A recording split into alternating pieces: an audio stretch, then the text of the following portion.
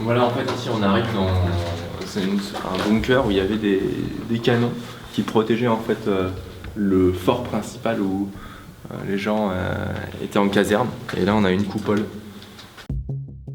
Bonjour à toutes et à tous et bienvenue dans ce nouveau débrief des explorations nocturnes. Je suis Mami Twink et je vais revenir avec vous sur les derniers épisodes des explorations nocturnes et l'avenir de la série. Avant toute chose, je voulais commencer par une triste nouvelle, celle du manoir de 1900. J'ai appris par le biais de quelques abonnés que le lieu avait été encore plus saccagé que l'état dans lequel il n'était. C'est vraiment triste de recevoir des messages comme ça. Je comprends pas les gens qui vont dans des lieux abandonnés pour les casser, c'est vraiment stupide. C'est aussi l'occasion pour moi de vous rappeler que c'est vraiment super important de ne rien casser lorsque vous visitez les lieux, ne serait-ce un carreau. C'est vraiment important de respecter les lieux quand on visite des lieux et je comprends vraiment pas comment on peut aller dans ces lieux pour le seul plaisir de les défoncer. C'est comme casser des voitures, des rétros ou des vitres de voitures dans la rue, c'est stupide. Ça me paraît même un peu absurde de vous dire qu'il faut rien casser quand on va dans un lieu abandonné parce que ça me paraît tellement du bon sens et tellement l'éducation de base qu'on doit avoir que je me dis que c'est stupide de le dire, mais bon, a priori, il faut le rappeler parce qu'il y a des gens assez cons pour faire ça. Maintenant que ce message est passé, je vais revenir sur l'exploration du bunker de Saint-Malo. C'était vraiment un très chouette épisode. On a vraiment kiffé aller dans ce lieu, retrouver des canons. C'est très rare de nos jours de tomber sur des pièces qui ont servi à faire la guerre dans des lieux abandonnés. D'ailleurs, petite précision, le canon sur roue qu'on trouve, on dit qu'on pense qu'il est de la Première Guerre mondiale, en fait non, c'était bien un canon de la Seconde Guerre mondiale, c'était un PAC, un Panzerabwehrkanone, donc un canon anti-char utilisé par l'armée allemande, c'est d'ailleurs un des canons les plus communs de l'armée allemande.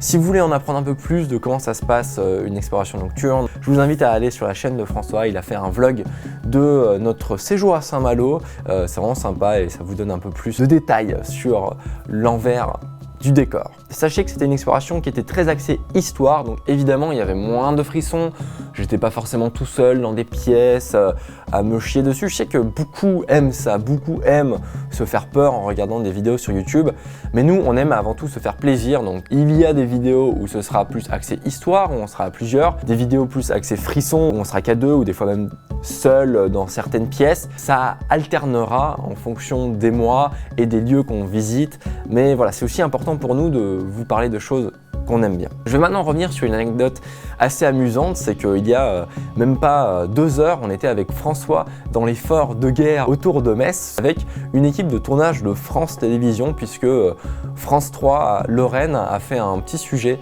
sur les explorations nocturnes. Il y avait la garnison. Et au niveau des infos, vous les prenez comment? Non mais là on va vous filmer peut-être devant en train de filmer, ouais, machin, voilà, Comme si on se préparait à la limite, vraiment pour avoir préparer le matériel. Ouais. C'est vrai que d'habitude il fait nuit. Bon les amis, on est en plein reportage pour France 3. Ouais. On fait des petites images pour qu'ils nous voient marcher et filmer. C'est marrant. Regardez.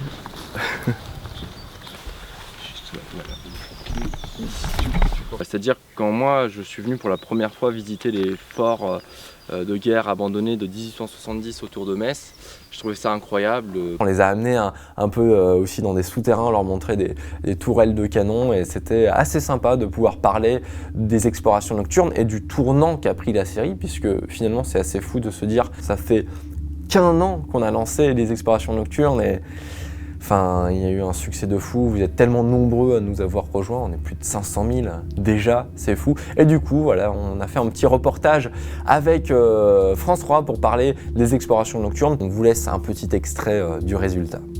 Au programme, une nouvelle exploration, un nouveau territoire à défricher. La cible sera donc l'un des édifices de la ceinture fortifiée de Metz. Caméra au point, Florian et François vont arpenter la zone, quadriller les lieux.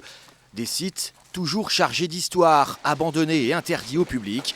Un zeste de frisson mais l'envie surtout de transmettre un témoignage. La démarche première, c'est raconter le contexte historique pour que les gens puissent s'imaginer à quoi a servi le lieu et qu'ils soient aussi sensibilisés sur la thématique de l'histoire et de tout le patrimoine qui peut les entourer. On va pouvoir explorer une putain de prison abandonnée Le résultat de leurs explorations, le voici, des épisodes de 20 minutes diffusés sur leur chaîne YouTube. Prison abandonnée, navire désaffecté, rien n'échappe à leur soif de découverte. Des vidéos suivies par 500 000 abonnés, certaines vues plus de 1 million de fois. Un carton plein.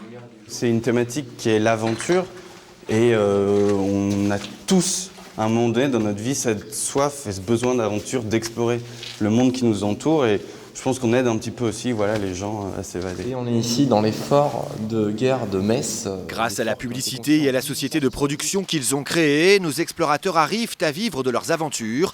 Et désormais, ils souhaiteraient même tourner certains épisodes à l'étranger. Rien n'empêchera leurs aventures. Et d'ailleurs c'était marrant parce qu'au début les journalistes, je leur ai proposé de faire le sujet au plus près des forts parce que je trouvais que ça collait plus aux explorations nocturnes. Au début ils n'étaient pas très chauds, je leur ai dit mais venez, on va aller dans des bunkers pour que je vous montre là où étaient installés les canons, pour que je vous explique un peu à quoi ça servait, qu'on s'imprègne de l'histoire. Et au final à la fin ils ont grave kiffé. Donc on va juste remercier Guillaume et Grégory, c'était très sympa de faire ce petit tournage avec eux. Sachez qu'en parlant d'interviews et de reportages, il devrait prochainement y avoir une interview apparaître dans les Inrocks qui nous ont interviewés pour parler d'exploration urbaine, ainsi qu'une interview sur le site de nouvelles technologies et de culture geek hightech.fr. Donc plein de petites interviews sympas à venir dans les jours et semaines à venir.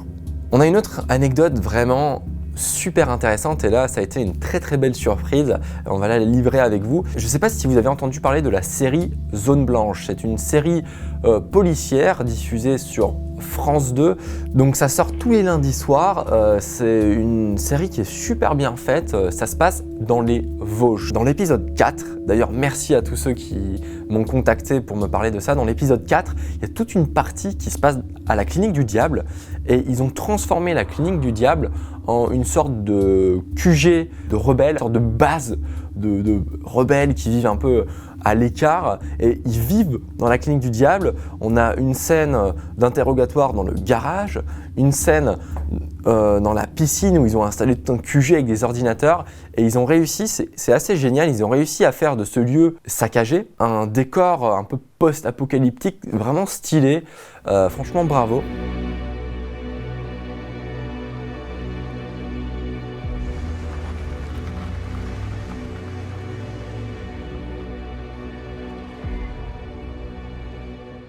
Alors dernière information, et je sais que vous avez été très nombreux à nous demander des nouvelles, que ce soit quand on se croise dans des conventions, que ce soit quand on se croise dans la rue, et même des amis qui viennent nous demander des infos, le papy, le fameux papy du manoir du gangster, papy collectionneur d'objets de la Seconde Guerre mondiale qui a des tanks et plein d'objets sur la Seconde Guerre mondiale dans sa ferme. Donc on a été en contact avec son associé puisque le papy s'est associé à un jeune gars pour ouvrir un musée, pour exposer sa collection.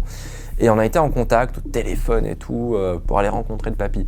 Au début, c'était bon, on allait pouvoir rencontrer le papy pour qu'il nous présente sa collection et qu'on discute un peu, qu'il nous explique sa démarche.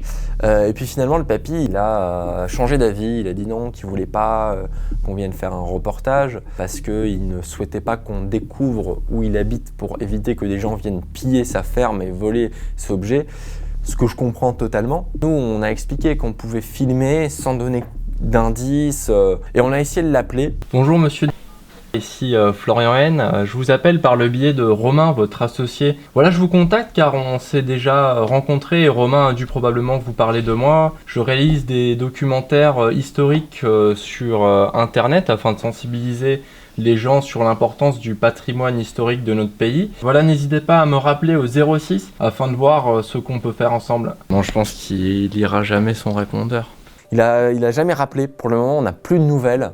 Mais les amis, sachez qu'on ne lâche pas affaire, on va essayer de rentrer en contact avec lui, de l'avoir au moins de vive voix au téléphone pour lui expliquer notre démarche, que nous c'est juste, on trouve ça incroyable la collection qu'il a. On aimerait vraiment beaucoup le rencontrer, ce papy, et ne serait-ce que pour rediscuter, parce qu'en plus les amis, ce qui est assez ouf, c'est que l'associé du papy m'avait dit mais si vous voulez on retournera avec le papy visiter le château, il connaît tous les endroits, il vous racontera tout, et j'étais là ouais c'est un truc de fou. Je voulais juste vous donner des nouvelles pour vous dire qu'on lâche pas affaire, je veux pas vous donner de faux espoirs, je sais pas si ça se fera mais nous en tout cas on va continuer à fond pour rencontrer le papy. Voilà les amis, on arrive à la fin de ce débrief. C'est l'occasion pour moi de vous remercier à nouveau. Vous êtes tellement nombreux à nous rejoindre sur la chaîne, plus de 500 000 abonnés. Ça fait super plaisir. Merci pour tous vos messages d'encouragement. On est à fond, on va continuer à faire des explorations nocturnes malgré les tout petits soucis de monétisation qu'on a eu, que vous avez pu voir dans la dernière vidéo. On reste des gens optimistes, on se débrouille d'une façon ou d'une autre. On va continuer à produire des explorations nocturnes. Prochaine vidéo qui devrait sortir début mai si tout se passe bien. Voilà, merci pour votre fidélité. On vous dit à très bientôt pour une nouvelle exploration nocturne et en attendant, portez-vous bien.